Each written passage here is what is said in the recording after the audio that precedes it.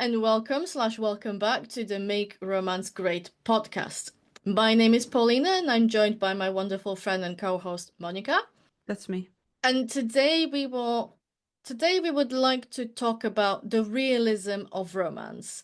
Is that something that romance as a genre needs? Is that something that should be discussed? And if so, how should we talk about that? And in what ways is it making romance great? I just thought that you said we would like to talk about the realism of romance, and I was like, well, I'm not sure if you want to talk about it, but we definitely will. Sometimes is the conversations that we don't want to have that are really important.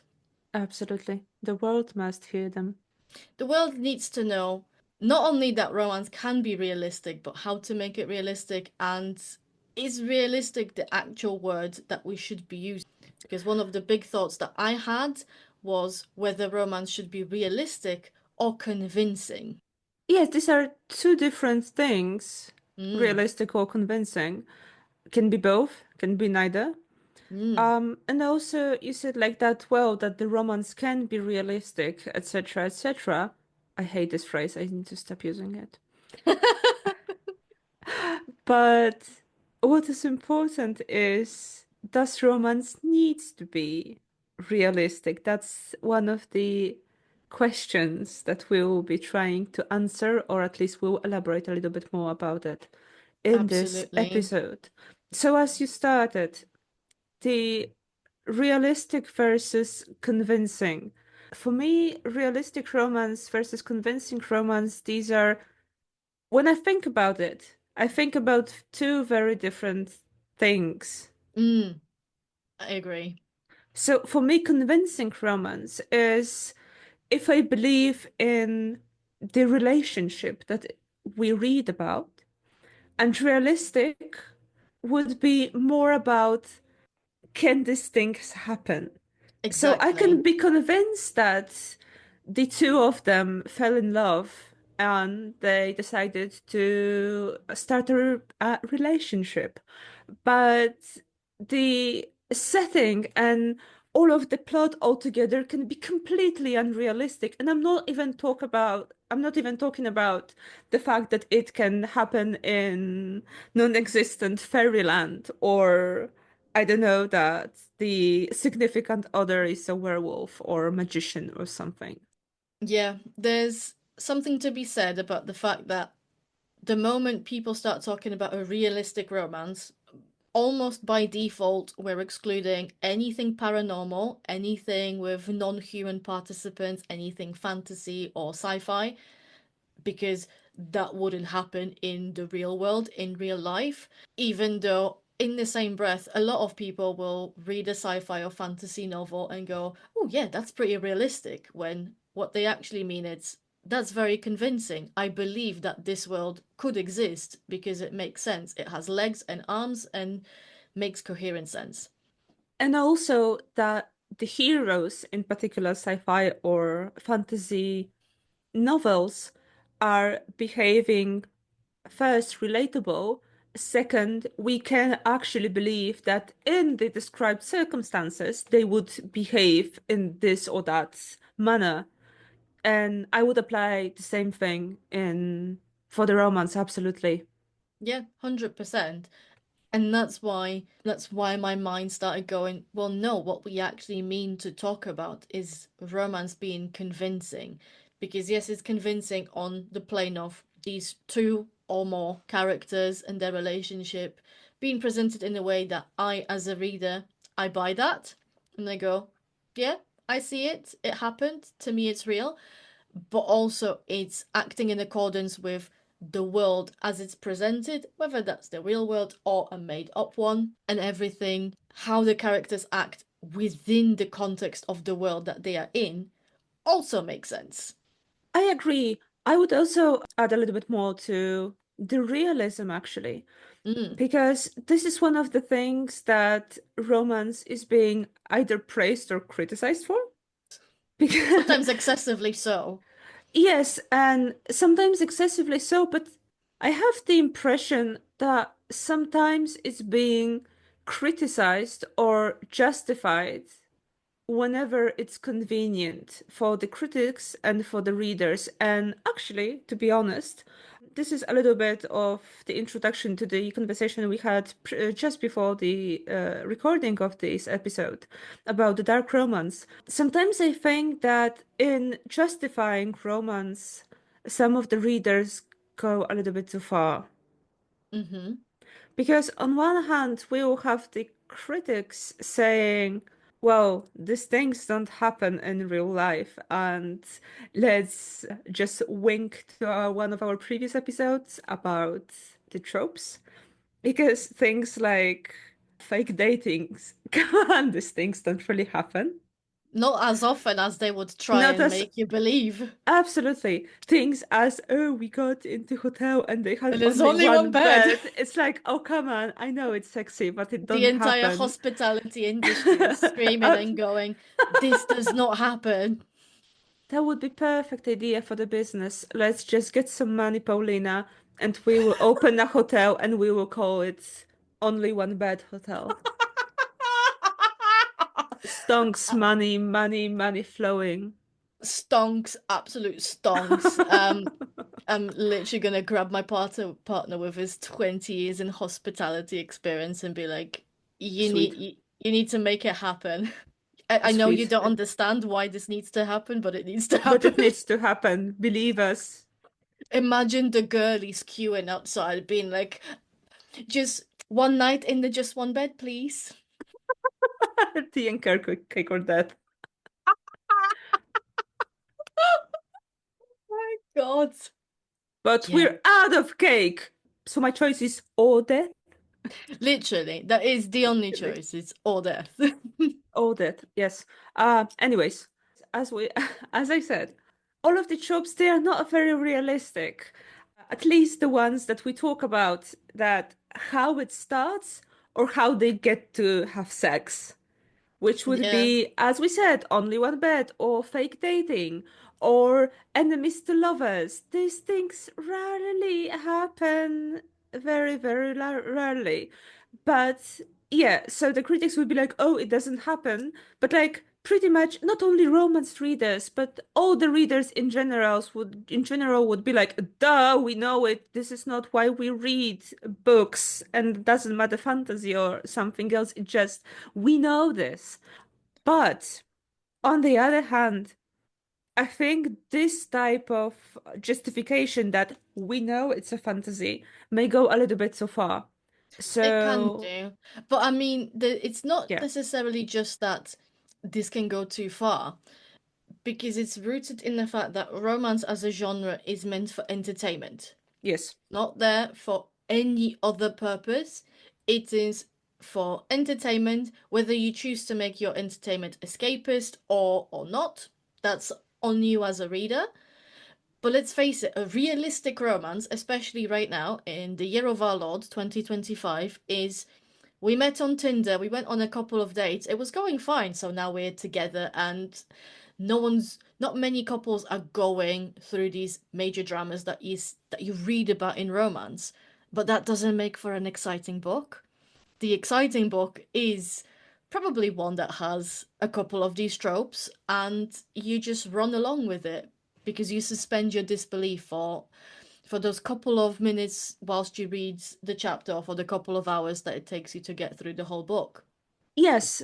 On the other hand, I really do enjoy this part of the contemporary romance wave Mm, that tries to go a little bit more into realistic things yeah. and trying to introduce us to how it may normally happen, but Hmm. still give you a little bit more You get the exciting parts as well as the parts that you know you've seen, you've experienced yourself directly. precisely, precisely. So there are no good old scenes like, oh my God, I misunderstood him. He must hate me or he's using me, blah, blah, blah. And at the end of the day, it turns out that no, you are the love of my life, whatever. And it was, oh, a huge misunderstanding. And I really hate the misunderstanding drama. I really, really dislike it. And But you I, really also couldn't have that if you're writing romance that's contemporary. Like the misunderstanding drama worked when not many people had a mobile phone. Right now, everyone is texting constantly, or yeah, in rare instances calling. Like a misunderstanding is can be resolved immediately. exactly. But some authors, they still decide to go for the misunderstanding trope because it's, well, it's easy and it's very dramatic always, and it will give Mm. the reader some of the heartache. I But only they, personally buy it if it's young adult romance. I think in young I, adults, I don't there's a read young degree, adults, so I don't buy it. but you could imagine that when you're a teenager, Kind of. You are very there's a degree. dramatic and you just turn off the phone because I don't want to hear you or something. Or Yes, but even like, just do the I'm not gonna let you finish talking because you've upset me this much kind of misunderstanding. precisely. So, yeah, when the contemporary adult romance would do this, I'm not really sure that authors realize that it make their heroines mostly look very mature and stupid Mm. and annoying, and you won't give readers heartache, but you will just annoy them, some of them. But we are straining a little bit too much into good writer section of the podcast, so let's pause it here. What I want to say is the contemporary romance started to introduce us to a little bit different drama, so it doesn't necessarily need to be misunderstanding or like you don't love me, blah blah, you love yourself more than you love me, looking at you, historical classic romance. But the drama mostly goes from within the person. So, sorry, but I cannot be with you because some things in me needs to be sorted out, or I don't believe I'm lovable or something, or I don't know. She would be, yeah, I love you and I know you love me, but with you doing this, let's say, dangerous sports and risking your life constantly, I just can't do this. So Hmm. we love each other, we understand each other, and we would really love to be together, but love is not enough very often in the adult relationship. And the example that I'm giving was, for example, in Elsie Silver's Flawless. It was the cowboy romance. I really, really, really enjoyed it. And it was happening in Canada, by the way. I think there's when contemporary romance is doing a realistic romance well, it does tend to touch on the elements that you've mentioned, on the tension and the conflict and the drama being generated more either by the environment or by the inner struggles of the individual characters. Unfortunately, given that there's just so much romance being published, just numbers game means there's a lot of bad romance. And I find in a bunch of stuff that I have read, contemporary romance, when it's being lazy and poorly written, ends up falling on the trope of the drama is your class struggle, but it's not a well explained class struggle. It's one, usually the guy, he's from a rich family, and all the drama is his family doesn't accept me, poor little girlie. And it's kind of just left there and not really explored in any meaningful way as to but how would they get in touch with one another? Why would they want to continue with the relationship? How is he responding to his family other than I love her and I don't care about your opinion, and inevitably ending up like a Disney fairy tale of, and then they lived happily ever after. That can be realistic, and I'm sure, relationships with class struggles do happen, but romance has very few examples where it's been explored well. Let's put it like this. I'm still waiting for your 20th century, beginning of 20th century class, lower class romance. Really, really waiting for that working class heroes. I mean, not quite, that's a different one, but Yeah. technically, But the you said class struggle, and I'm like, yeah, go for it. I mean, yeah, but also the one that I am actively trying to get published does Yeah. have a bit of, It maybe not class does. struggle, it has a class differences amongst It them. does. It does. And it's very good. Please, publishers, have a look here. Please look at me. Look at my book, my good book. It's a It's a good good book. book. It's a really good book. But to sort of get back onto the realistic and convincing romance thing, what I particularly like about contemporary romance when it's the elements that it's pulling into the stories that make it extra nice for me, even if the rest of the story is a bit more, shall we say, unrealistic. I do like that contemporary romance brings in a lot of what we're discussing in relationships currently anyway. Stuff like consent. Consent is sexy. Let's make it even more sexy. Stuff like vulnerability. Stuff like accountability for one's behavior, where it isn't just, well, you made me act like this, and it's more, okay, I acted like a dick. I'm sorry about that, and this is how I'm going to do better. Yes. And even if it's like something in your behavior triggered me, but you are not responsible for my triggers. Mm-hmm. We love to see that. I wouldn't even say like thinking now. I really don't want to say that we need both, like realistic and convincing romance. Like that's just a random thought now. I don't need realistic romance as per what we said before. So what is convincing, what is realistic? I don't mean that, but I want this relationship to be convincing. So put them in one bed. I don't mind. But if you are using only one bed as the excuse, so yep, they fell in love now. It's no, that's lazy. As well as I want romance that I read to be convincing to me as a reader, but also to the characters in the story. Yes. Because as we've talked about when talking about the romance hero and the significance of significant other, there's way too much romance out there where the entire relationship seems to be based on, but oh my gosh, but he's just so hot. Like he's acting like a dick, but he's so hot. And I can't be made responsible for my action because he's just so hot. So I think this is the pretty good moment to actually explore this a little bit more. Hmm? So he is very hot, but he is acting like a dick.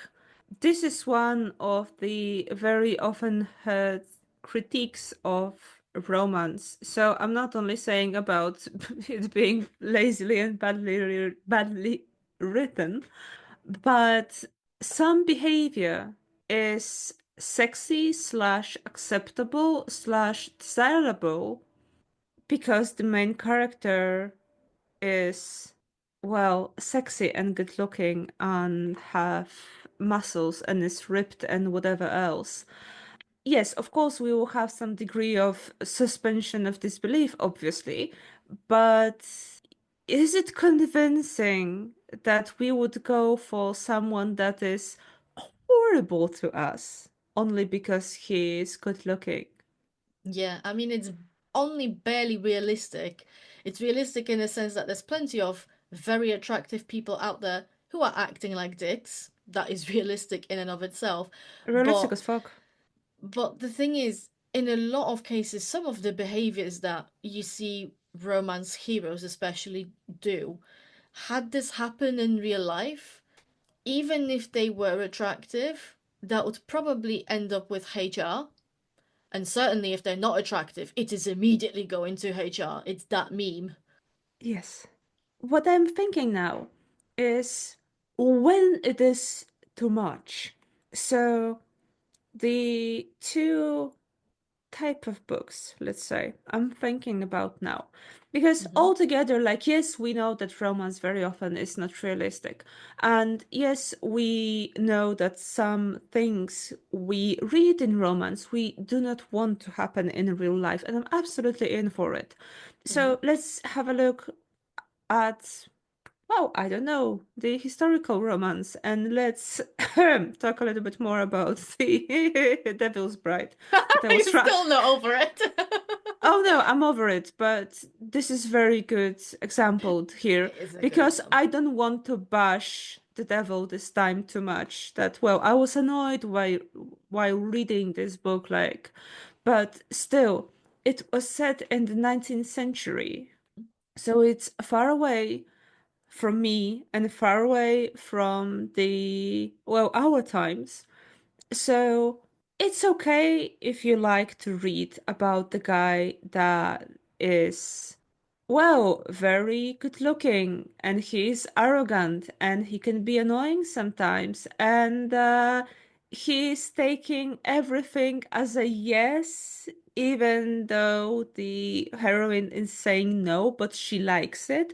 So, yes, we know it's not okay. We know it's a red flag in the partner, but it's exciting to read about it. So, this is the thing that oh, I will let it pass, but like I will just let it slip just by an inch, just because I know some people do like to explore this type of things. And well, I will admit that there are scenes that, well, when the heroine is plainly saying no, he will just stop. And yes, we read romance because we want to feel a little bit like this, that you have this sexy, amazing, caring man that you are saying no, but you actually don't know why you are saying no because you mean yes. Oh, but the convenances, etc. And he somehow knows it. So, yes, we know it's not okay, but this type of fantasy is there for the reason, right? So, altogether, that will apply to historical romance, that will apply to sci-fi, and that will apply to monster fucks and to romantasy as well. So the less realistic setting, and if the setting is further away from us, pretty much the more you can do there, because it already gives us this impression that it's very far away from us, so it's very far away from our normal lives, and we may be exploring some very not normal things. Yeah, it's that Let's call it this way. it's the thing with I'm just gonna call it all paranormal, like I'm not gonna split it into monster and fae and whatever. Yeah, All of course. paranormal things and historical, the further back in time it is that element of there's already either a lot of things that are unknown to us in the real world, or even if it's the sort of paranormal but like Twilight. I'm not using Twilight specifically as an example, but like vampires in the real world. If the change is big, if there's one big thing you already have to suspend your disbelief for, it's easy to then lump more smaller things into that same bag and go, well, we've already accepted that there's vampires and werewolves. Let's accept the fact that maybe he somehow did know that. She said no, but she meant yes. Yeah, it's still icky. It is Yeah, still icky, especially in Twilight, because in addition to having vampires and werewolves and different talents slash magical powers, it's still young adult, so and it it's still a adds, big age gap. yeah, precisely. So it still adds the element of ick, but I guess, well, I get what you're saying, so I suppose Mm. our listeners as well. But when all of this, so yeah, as we said, the further away setting, the suspension of disbelief because things are happening in the ice planet or with a vampire or 200 years ago. So we are suspending our disbelief. But when does it become too much? When this exploration of kinks, of fantasies, is becoming too much. So for me, it's too much when it's, well, when it's interfering with the romance and if Hmm. it's dangerous, like plainly dangerous. I would also add that when it's done just for the shock value, because you can have, and forgive me because I've not read the book and you've only just explained to me what the scene was, but when you have something like the gun scene, and I'll In put in the description, Haunting Adeline, thank you. When you have something like this, it's it is done for shock value because the point of it, which is the rape mostly, that could have been done without a gun. The gun is there for shock value because we've already had so many dark romances that do just stop at rape, that it's not shocking anymore to people who are constantly reading just dark romance and embedding themselves into this and they need more. So to me, when it becomes what is what is the next most shocking thing that we could do? What have we not seen? That's when it becomes too much. It also becomes too much when you are looking for the next and the next and the next shocking value because the normal quote unquote thing stops being exciting. And I would really love these people just to sit down a little, just sit down and think, when did it happen? Then rape is not shocking enough for me to be excited. What the actual fuck? And we're saying that Yes, I'm with being judgmental now. I am. I was going to say I'm not judgmental of people with rape fantasies because that is a known it's a known thing. It's been around for probably as long as humanities. Psychologists have long explained that it's less about the lack of consent and it's more about power and dominance and a little bit of wanting to be desired and seen attractive to that extreme extent. And So the I'm same not, fantasy is, well, like the continuation or like pre-phase for this fantasy is like this very broody, arrogant man that is not listening to you. yeah, yeah, This is like part we of this fantasy, but like a little bit milder. milder, yeah, pretty much. Because in these books, where the guy you will just don't kiss me or I will scream, and he kisses you, when the sex scene happens, it's always sex scene, it's not rape because it's always consensual. By the way, what the fuck? Why are people calling rape scene non-consensual sex? It's not sex, it's fucking rape. Jesus Christ. I think Sorry. that's its own discussion because yeah, it's its own thing. It's its own Ugh. what's it called, rabbit hole that at some point maybe we'll have the energy to properly unpack. I know right now I don't. But yeah, it is that sort of the more you're exposed to, the more intense and shocking the things that you're exposed to get, the more you normalize. And people have in the mainstream talked about it in the context of violence, especially in the context of TV shows getting more and more violent, and Game of Thrones was the big discussion as that was airing on HBO of Yeah. look at the stuff that they're showing. There's gore and there's rape and there's every inhumane thing possible shown, and yet everyone is lapping that shit up and watching the show. And I have had anecdotally a moment last year when, after not watching and engaging with violent content for a good number of years, where most of my entertainment was romance or something else that was equally fluffy, when I then just plain old looked at news footage, I found myself being shocked again Yeah. because it took actually going back and immersing myself in pure escapist fluff to then look at things that should be shocking and seeing them as shocking. And I think that's Yeah. what a lot of these dark romance readers are doing. Is if all that you read is dark romance, or if the majority of what you read is dark romance, then yeah, things will have to start escalating because it's kind it's a thrill-seeking thing.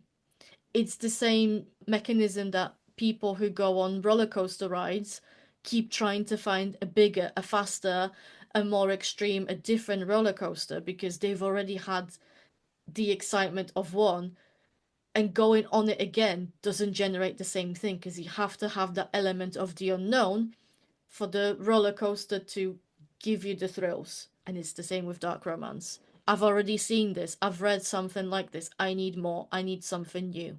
Yes, but that would be the same things that people who are addicted to porn would say. To And any addiction, really. Any yeah, addiction exactly. But escalates. absolutely. But like, I would say that porn addiction is even worse because these people will get into more realistic stuff, meaning I don't want acting, I want real thing now. Mm-hmm. And they would get into the rabbit hole of actually sexual assault. Yeah, that's how you get the They Pellicle may, case. they may. I wouldn't say they would. I would say they may. Yeah, exactly. So you won't really get this when reading dark romance, but wouldn't you? Would it get to actually the situation that you want more and you want more and you want more? So you will start reading people talking about their real adventures. I don't know. I mean, I think I'm getting a little bit too far because we are still talking about fantasies and we still talk about books. Yeah, so in our brains, it has this habit to get into the worst case scenarios. But I don't know, like for me, altogether, being a fan of very filthy dark romance and, well, pretty much calling it filthy and calling it spice while we straightforward read about sexual assault, this is very unsettling. Mm-hmm. So, um, as I was saying, the one thing is we can get fantasies as, let's say, in the classical historical romance that it's icky for us. I mean, icky because we don't want it in the real life, but I can get the fantasy absolutely. Uh, but the second thing is reading something dark. Altogether, I have issue with calling these books dark romance because, as you said, Paulina, before, this is mostly about erotica. We want to read porn. We want to get some steam out, and that's fine altogether. That's fine. Yeah, But we were discussing just before the episode what would actually be the dark romance. Because most of the most popular dark romance book, I have problems with calling it dark romance because the dark thing interferes too much into romance. It's not being emotionally satisfactory anymore. So, I just quickly went through the romance novel that I read within the last 2 years, and actually turned out because I was thinking, well, the only dark romance I read was Credence, and then I realized that it's not, and I read something that is also described as a dark romance, and that was Sierra Simone's Priest, and I kind of enjoyed it. And it turns out you can have dark romance with a lot of erotica, and it is still romance. The shtick there was the priest was, well, guess what about the priest? So at some point it was getting quite a lot of attention on TikTok, and people were some of them were, well, fans because there is a lot of spice and it's quite of hot and sexy, so that's fine. And a lot of people were like, how can you write this, how can you read this, this is so disrespectful, how can you do this? And for me that was, I read it, I had fun. Did I believe in romance? I did. It was very consensual. There were some scenes that, oh, come on, this is what I would imagine when someone tells me this is dark romance about the priest. So obviously, I would expect having sex scene in the church by using stuff that you can find there. So that was for me quite obvious. Was it dark?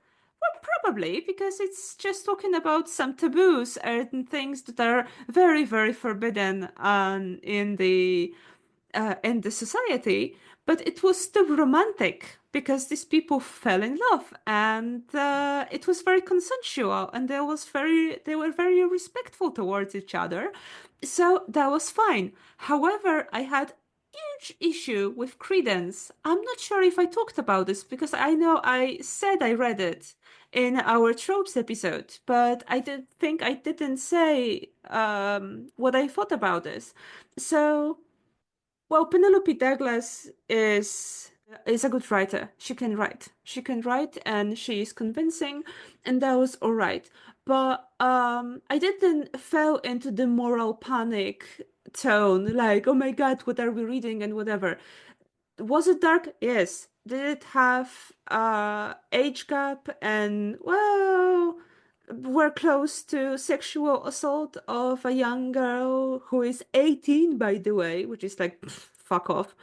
Um, but it was all right. So as an erotica and as a kink exploration, it was fine. But the problem I had was in the romance thing, because after all the things that happen in this book, it still ended up as a romance. And my brain went just in what the fuck. So we had kind of like erotica with some psychological book and writing about people that are very fucked up by what happened to them, by how they are and how they live. And it was pretty dark themed if it comes to that. But at the end of the day, it ended up with like a romance. And for me, it was like my brain just went blue screen and was like Windows error. Like, what? What? And that's why I was like, no, if dark romance is about that, so you will be having loads of smut and exploring fucked up things, and you ended up as a romance. I'm like, no, no, no, no, That's where so no, much of the genre no, really falls. Because I have absolutely no problem reading erotica, smut, porn, call it whatever you want. I've read examples of all of it and have examples that I thoroughly enjoyed. I'm not shaming writing porn. I have also no problem writing books that explore taboos. This is where I start demanding that authors are convincing in how they present the exploration of these taboos because, by definition, they're quite sensitive topics. And if you do it well, then you end up questioning some of your own thoughts, some of your own morality, views, whatever it might be. If it's done poorly, you just, there's no way you'd believe it, and probably not finishing the book or are screaming at it angry. I'm all about fully 100% that romance authors do not owe people education. They don't, romance authors no, don't owe people, readers, presenting. They're not obliged to only ever portray the good, aspirational, modern model relationships. Like, bad relationships happen in fiction as well as in real life. And bad relationships and problematic relationships can be integral to the story that an author's trying to tell.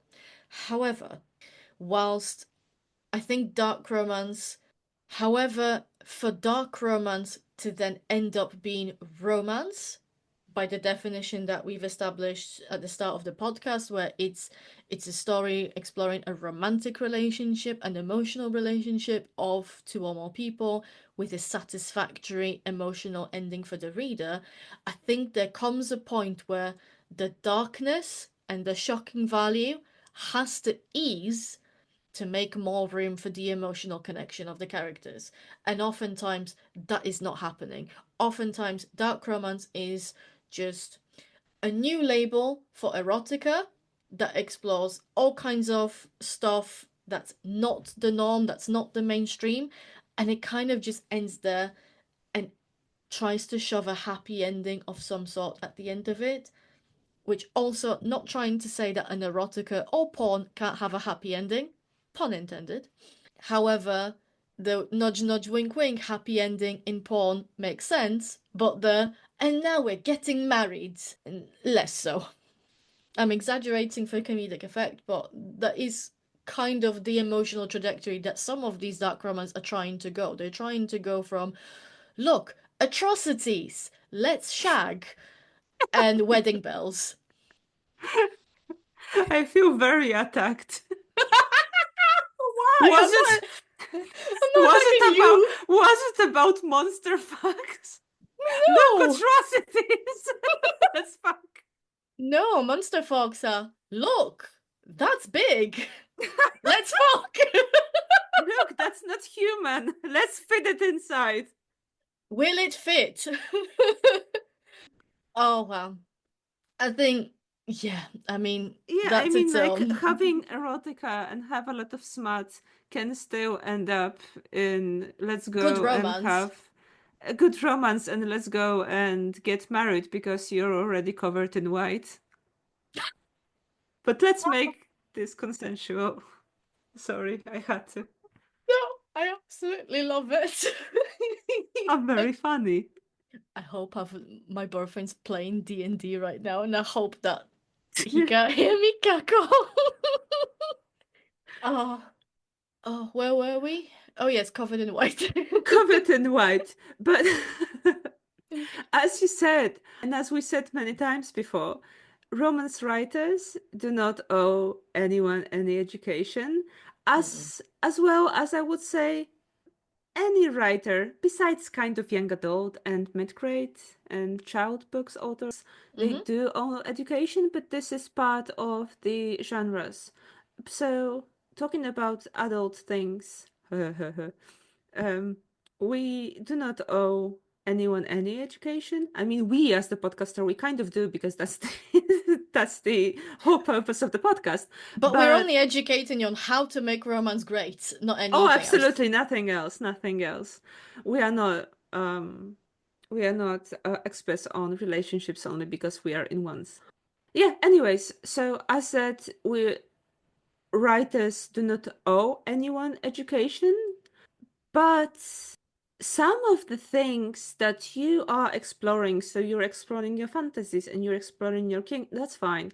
But some of them, first of all, they should be kept in your drawer where maybe you can publish them on the internet. And maybe, just maybe, we will attack our main enemy because remember who the main enemy is. Capitalism. Um, Oh, you destroyed my stuff. Yes. Well, maybe the publishing industries will stop being such a greedy pigs and will stop publishing things that shouldn't fucking be published for heaven's sake because they only sell well. No offense to pigs. Yes, I think there is a degree of get your hots out in a way that works, so long as it's consensual and legal. Not all of the hots that you get out of yourself have to be published in any sort of way. And if they do, well, that's what the internet is for. You've got AO3, you've got Light Erotica, you have all kinds of websites, Wattpads, what have you. As soon as you are a publisher, and anyone involved in the industry, whether that be an agent, a scout, editor, anyone, there comes a degree where, yes, dark romance and things that are a bit much, they have their own category, and yes, they have their own genre, and as of very recently, they have their place on shelves of bookstores. But it's not just, at that point, it's not just the author that's promoting it, it's you and your It entire is. company. And because, specifically because romance as a whole isn't always getting the treatment that it deserves, isn't always categorized properly, isn't always shelved in a way that makes it clear that these books contained sexual content, that these books are 18 plus, that these books are not for younger audiences, and then they fall into wrong hands. Until you, as an industry, solve that problem, maybe you should take responsibility for what is inside those books so that no one can go, oh, but it's the problem of the shop that they put it in the wrong place. No. You, It's as a you. publisher, decide how this is labeled. And And you, then, as a publisher, fucking decide to give this erotic book a cutesy cover oh illustration. my god, I forgot that some dark romance has those illustrated covers and it isn't They just do. dark, dark random stuff with text. Yeah. Oh, Well, don't be a greedy pig, please. don't be a greedy pig. Let's Be a cute just oink oink. absolutely and not greedy. Just label your books properly. I Always label promise your you. book I properly. promise you, And if you are labeling your books and marking your books properly, it won't take away the readers for you. There is a lot of us absolutely. who are very like up to reading this kinky shit. And if you are an author who is being published through traditional means, and that's something that the Romantic Novelist Association in the UK is actively pushing for, you as an author have some power with the publisher. If your publisher goes, "Oh, your little smutty book, that should be general fiction," you push back and you tell No, them, "No, label it as romance and sagas, and within that, whatever other subcategory fits your particular story." You as an author can demand that.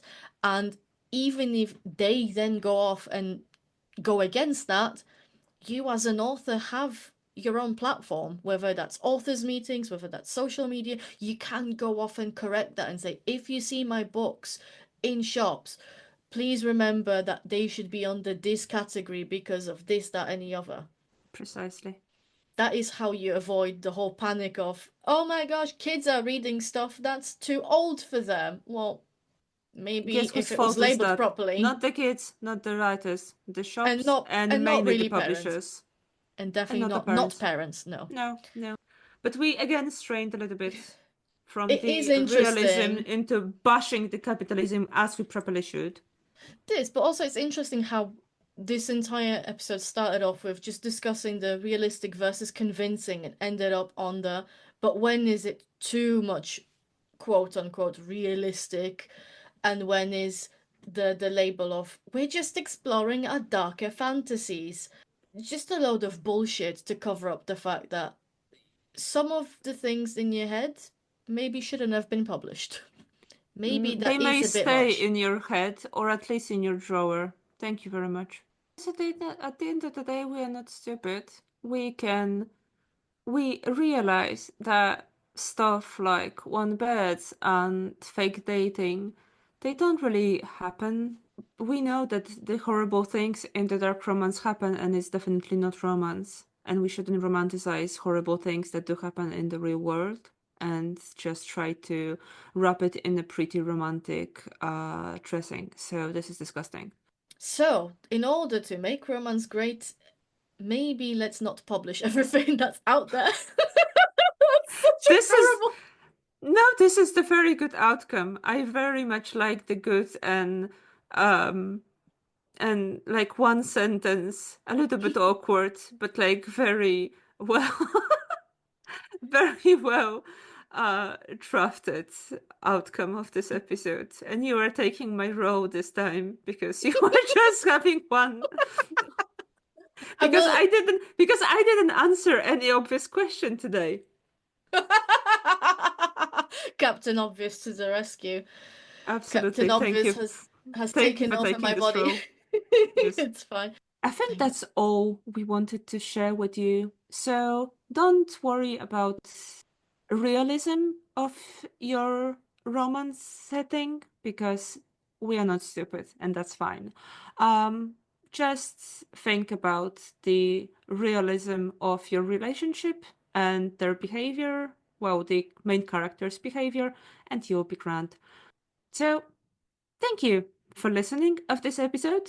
If you want to share with us any of your thoughts or just reach out for any other reason, you can write us an email to makeromancegreat.pod@gmail.com. If you want to follow us for stuff and to know when the next episode will be published, spoiler alert in 2 weeks. You can follow us on Instagram and TikTok on makeromancegreat_pod. And as a thank you for our wonderful, wonderful writing tips that we are trying to cut a little bit, you can buy us a coffee or you can support us on Patreon. Thank you again and see you in 2 weeks in the episode 9. Bye. Bye.